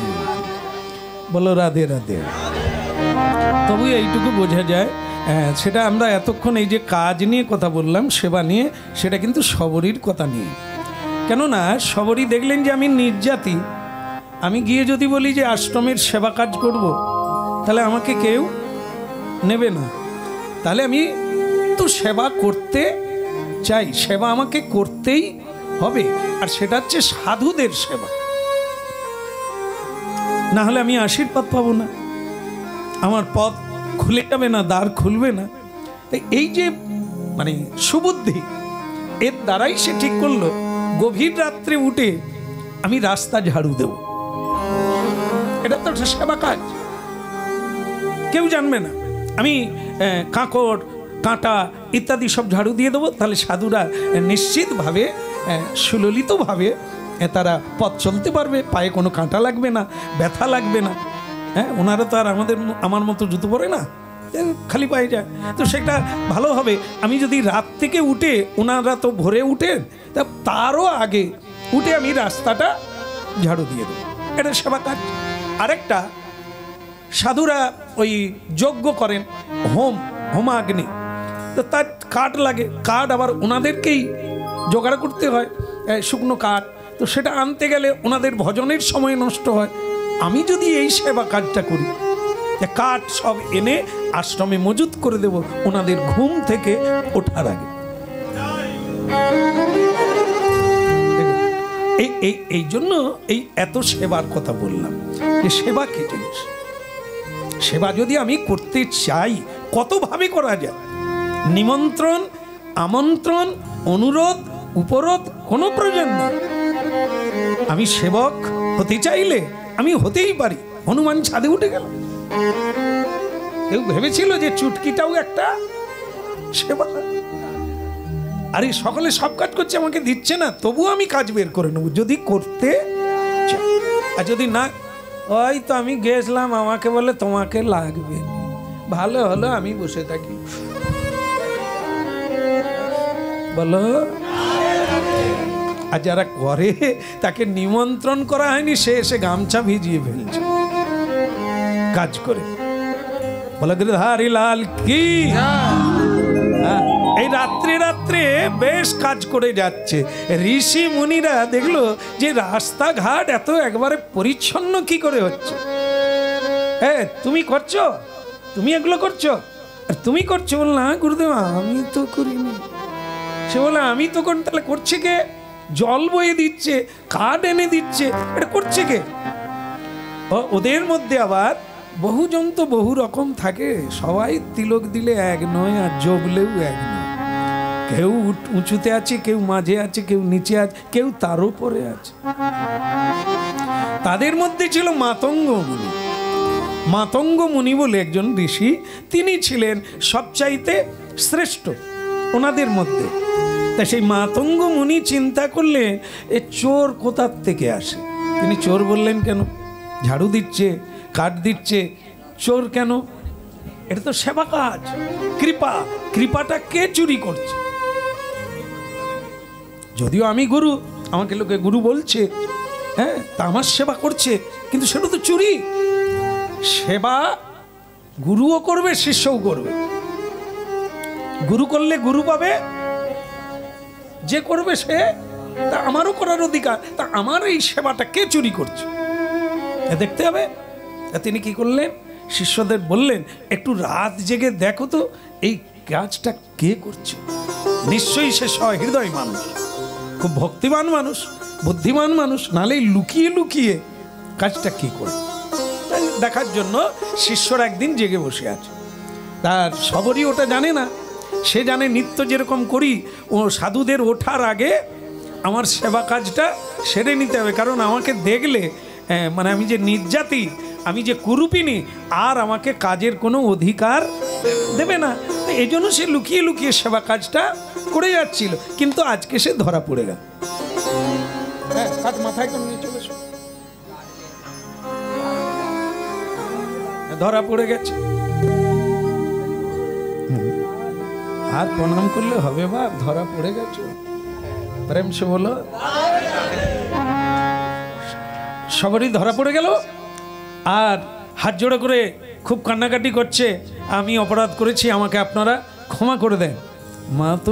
মাতঙ্গ ঋষি দেখছেন, বাপরে বাস, কি সঞ্চয় করেছে, হ্যাঁ, কতখানি ভক্তি হৃদয়ে জাগলে তবে এইভাবে বিনা অনুমতিতে সাধুর সেবা করার ইচ্ছা জাগে। এ তো অনেক এগিয়ে, আশ্রমে অনেকেই আছি, জপ ধ্যান করছি, পূজা পাঠ করছি, হ্যাঁ, বেদ অধ্যয়ন করছি, কিন্তু এর ত্রিসীমানায় যেতে পারবো না। ও যে যার চোখ আছে সে দেখবে, আর যার চোখ নাই তারা বাঁকা চোখ।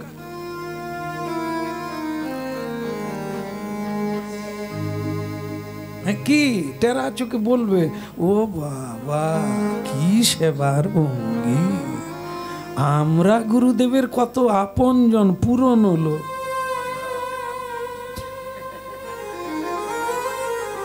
সংসারেও আছে, বলো আরে যত তুমি আলকাতরা মা খাও, ভিতরে যদি ঘুণ একবার ধরে যায়, ও তো পাউডার, বলো দেখে যার আছে তার আছে, সারা জীবনটাই থেকে গেল হিংসা বিদ্বেষ, হ্যাঁ, পর আলোচনা থেকেই গেল, অথচ জোলামালা হয়তো অনেকে করেই গেল, কিন্তু তবু ওই বদগুণটা এখনো গেল না। আবার কারো ধরা মাত্র চলে যায়, ঘাড় ধরে বের করে দেয় তাকে। যাই হোক, সবরই ধরা পড়ে গেল। মাতঙ্গ ঋষি বললেন, তোমার নাম কি? আগে সবরী। কোন জাতির মেয়ে তুমি? আগে আমি চণ্ডাল, নিজ জাতি। এই সকলেই তখন নাক ছিটকাতে লাগে, তার মানে এতদিন এই নিজ জাতির মেয়েটা কাঠ এনে দিচ্ছে, আমরা হোম করছি, এই নিজ জাতির মেয়েটা জল এনে দিচ্ছে, আমরা স্নান করছি, ঝাড়ু দিচ্ছে, ছি ছি ছি ছি।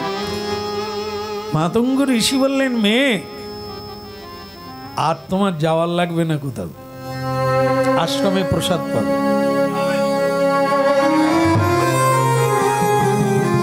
আমি তোমাকে দীক্ষা দেব, আগামীকাল সকালেই তোমার দীক্ষা হবে, তুমি স্নান করে আসো।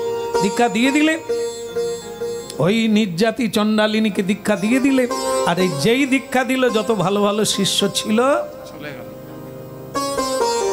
তারা একটা দল বেঁধে, গুরুদেব মানে কি বলবো, অসুচি হয়ে গেছে, চণ্ডালিনীকে দীক্ষা দিয়ে গুরুদেব অসুচি হয়ে গেছে, এ গুরুদেব সমাজে চলবে না, এ গুরু ত্যাগ করো। তারা আবার আলাদা আশ্রম ওই পাশেই করলো, গুরুকে ত্যাগ করলো। গুরুর কিন্তু কোনো ভূক্ষেপ নাই, শিষ্য যদি করতে হয় এরকমই শিষ্য। একটা শিষ্য হলেই হবে, 1000-এর একটা শিষ্য যদি একেই দেখে লোক হরিভজন করবে, আর এগুলো তো সব একটা ধূপ কবার জ্বালে, 3-4 বার জ্বাললেও এ ধূপের কি দরকার? হ্যাঁ বলো, রাধা রমন কি। তবে এইবার তারা বিরোধী হয়ে গেল। এখন কি হলো, একদিন ভোরবেলা ঝাড়ু দিচ্ছে, আর অন্যান্য ঋষিরা বলছে, এই তুই যে ঝাড়ু দিলি তোর কাঁকর আমার গায়ে লেগে গেল। তার মানে আমি অপবিত্র হয়ে গেলাম তোর জন্য। হ্যাঁ, এইবার সে যখন পুকুরে গিয়ে নামলো সরোবরে, সরোবরটা রক্ত পুঁজে ভরে গেল। শবরী নয়, ওই যে বলল নিন্দা করলো শবরীর, ও গিয়ে যখন সুন্দর পুষ্করিণীতে স্নান করতে গেল তখন রক্ত পুঁজে ভরে গেল, পচা দুর্গন্ধ হয়ে গেল। কি করে হলো, কি করে হলো?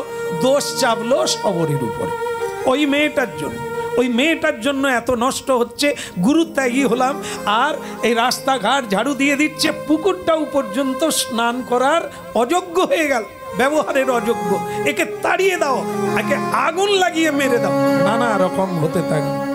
গুরুজি বললেন, শবরী, দেহে তো আগুন একদিন লাগবে, এখন যে আগুন লেগেছে ও আগুনে ওরা পুড়ে মরবে, নিশ্চিন্তে থাকো, আমি কিন্তু চলে যাচ্ছি, আমার ভজন শেষ, মানে আমি দেহ ত্যাগ করব, আমি চলে যাচ্ছি, নিশ্চিন্তে থাকবে, এই আশ্রমে, আমার আশ্রমে তুমি ভজন করবে, আর ভগবান রামচন্দ্রের দেখা এই জন্মেই পাবে।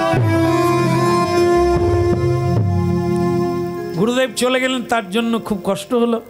কিন্তু ভক্তমণ্ডলী মায়েরা, প্রতিদিন গুরুদেব যেদিক দিয়ে বলে দিয়েছেন রামচন্দ্র ওদিক থেকে আসবেন, সেই দিকেই তাকিয়ে প্রতিদিন মালা গাঁথে, আর প্রভুর জন্য রাস্তার দিকে চেয়ে তাকে প্রতিদিন ফল পেড়ে আনে রামচন্দ্রকে সেবা দেবেন বলে।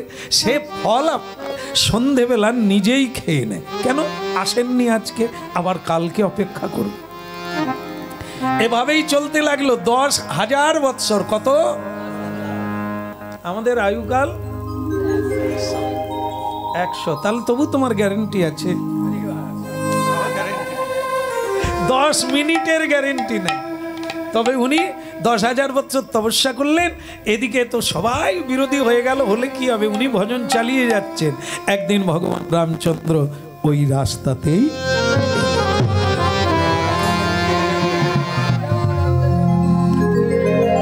নবনীরদ, মানে নীরদ কান্তি, নবনীরদ, নবীন মেঘ, শরৎকালের যে মেঘের রং, সেই রঙের হচ্ছে আমার ভগবান দুর্বাদল।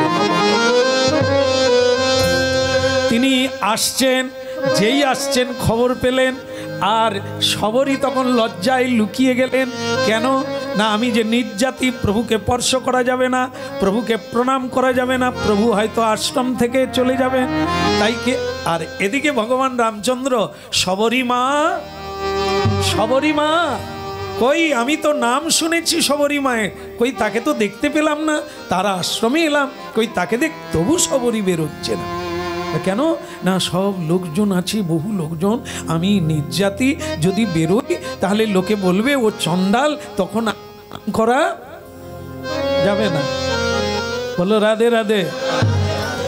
হ্যাঁ, তা কিন্তু আবার তার মনে হলো, যদি রামচন্দ্র চলে যায় তাহলে যে গুরু বলেছিলেন আমি দেখব, তা তো আর দেখা, যা হয় তা হবে। বেরিয়ে পড়লেন, এসে প্রণাম করলেন, আর অমনি রামচন্দ্র বললেন, শবরী মা, আমি তো তোমার জন্যই এলাম, তোমাকে দর্শন করব। আর নিন্দুক লোকরা কি করছে,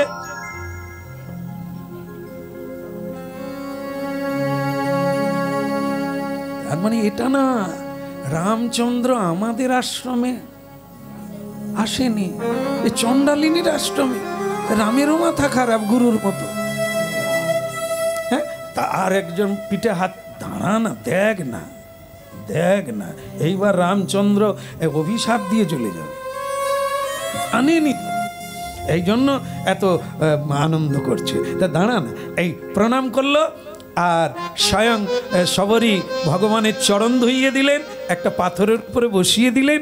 লক্ষণ দেখছে, আর বিশ্বামিত্র দেখছেন, হ্যাঁ এনারা এসেছেন তো, তাই দেখছেন সবাই মিলে। আর শবরী কি করলেন, বসে বসে পায়ের কাছে বসে মালা পরিয়ে দিলেন, চন্দন দিলেন, তারপরে যে ফল পেড়ে এনেছিল, হ্যাঁ সেই ফল দিতে গিয়ে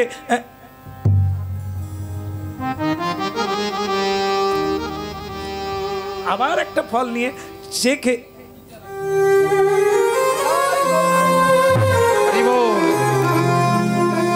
নিজে খাচ্ছে, আর ভগবান রামকে দিয়ে দিচ্ছে। ভগবান রামচন্দ্র আবার ওইটা খেয়ে এমন ভাব করছে, সকলে দেখে বলে যেন মনে হয় এরকম ফল এর আগে, হ্যাঁ, তা এরকম কত ফল ফেলে দেয়, আবার কোনো ফল ফেলে না, সেটা মিষ্টি লাগে বলে ভগবান রামের বদনে দিয়ে দেয়। আর এদিকে লক্ষণের অবস্থা খারাপ। মেয়েটাকে দেখে মনে হচ্ছে নির্যাতন, তা তুই যাই কর তাই কর, যেটা ভালো লাগে না ফেলে দে, সেইটাই। প্রভুকেও বলি হারি কোন দিকে তাকাচ্ছে বুঝি না, এটোটা খেলিতে হবে। হ্যাঁ, লক্ষণ বলবে করছে, এই যে মেয়ে কি করছো, সঙ্গে সঙ্গে রামচন্দ্র লক্ষণের হাত ধরে বলছে, লক্ষণ তুমি যদি খেতে না, এতদিন আমি অনেক কিছু খেয়েছি, এত স্বাদ এ ফলে আমি এর আগে কোনোদিন পাইনি, কি অপূর্ব। শবরীমা সবই খাওয়ালেন। এবার বললেন, এবার আমাকে বিদায় দাও শবরী, আমি আসি শবরীমা। হ্যাঁ, কিন্তু প্রভু আমার গতি কি হবে? তোমার গতি এখনই তুমি দেহান্ত হবে, আমার লোকে পৌঁছে যাবে। কি কিন্তু ভক্তমণ্ডলী মায়েরা, কিছু কিছু ঋষি বলছে আমাদের যে ওই যে পুকুরটার অবস্থা খারাপ, কোন রকম যাগ যজ্ঞ করে কিছুতেই পুকুরটা পরিষ্কার হলো না, স্বচ্ছ হলো না। প্রভু রামচন্দ্রকে বলো না, ওনার পায়ে কি আছে? কাঠের নৌকা সোনা হয়ে গেল, পাথর মানবী হয়ে গেল। তা আমাদের পুকুরে যদি ভগবান একটু পা দেন, তাহলে পুকুরটা সংস্কার হয়ে যায়। হ্যাঁ, চলো আমরা রামচন্দ্রকে জানি। সেই শবরীর আশ্রমে এসে বিরোধীরা সবাই রামচন্দ্রকে জানালেন। রামচন্দ্র বলে, আমি তোমাদের কি উপকার করতে পারি? বলে, কিচ্ছু নয়, শুধু একটু যাবেন, জলে একটু পা দেবেন, কারণ আপনার চরণে যে কি আছে ও বলা যাবে না, কি না হয়, তা আপনি একটু পা দিয়ে দিলে। ভগবান রামচন্দ্র বললেন, ডাকছো যখন যাব, হবে কি না বলতে পারো। বলে, সে কি কথা, এরকম সন্দেহ কেন? বলে, ও আপনি বলেন, আপনার চরণে একটা মহিমা আছে, চলো। তো ভগবান রামচন্দ্র গেলে, যেতে পচে গিয়ে জল যেসব পোকামাকড় হয়েছিল, এবং রামচন্দ্র যখনই পা দিয়েছে সে পোকা আরো বেড়ে গেছে, তারা লাফালাফি করছে। হ্যাঁ, জল আরো দুর্গন্ধ হয়ে গেল। তা ভগবান রামচন্দ্র বলে, দেখলে অবস্থা খারাপ গো, পা দিয়ে আরো বেড়ে গেল। বিশ্বামিত্র বললে, বাড়বে নাকি? তোমার পায়ের চরণদুলির স্পর্শ পেয়ে পোকারা আনন্দ করছে, বলে এ দিন আর আমাদের হবে। তোমার তো চরণে অমৃত আছে, তারা মরবে কেন? তারা তো আরো প্রাণ খুলে পড়ে।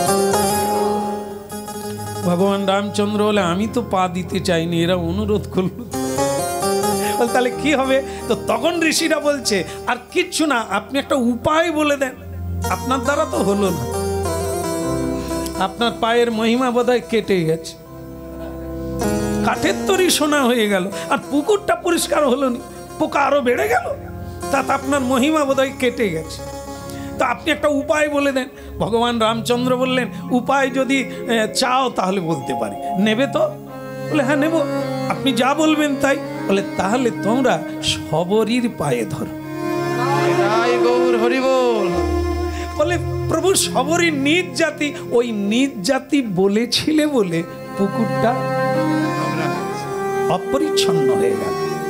এখন তার কাছে তোমাদের অপরাধের জন্য এই কাণ্ডটা ঘটেছে, সে যদি ক্ষমা করে, তোমরা যদি ক্ষমা চাও, তাহলে দেখবে ওকে নিয়ে গেলেই। ভগবান রামচন্দ্র বলছে, তখন কেউ কেউ অবিশ্বাসী বলছে, নিয়ে যা, পোকা আরো বাড়বে। তা এখন কি করা যাবে? বলছেন উনি নিয়ে যেতে হবে। এই সকলে মিলে নিয়ে গেল। হ্যাঁ, সেই ঘাটে নামা মাত্র, চরণ স্পর্শ করা মাত্র শবরী হাত দিয়ে প্রণাম করলেন, আর করা মাত্র পুকুর একবারে স্বচ্ছ। তারপর ফিরে এলেন, ভগবান রামচন্দ্রকে প্রণাম করলেন, তার দেহ ভগবানের রামচন্দ্রের চরণে পড়ে গেল, আর তিনি দিব্য মূর্তি ধারণ করে বৈকুণ্ঠে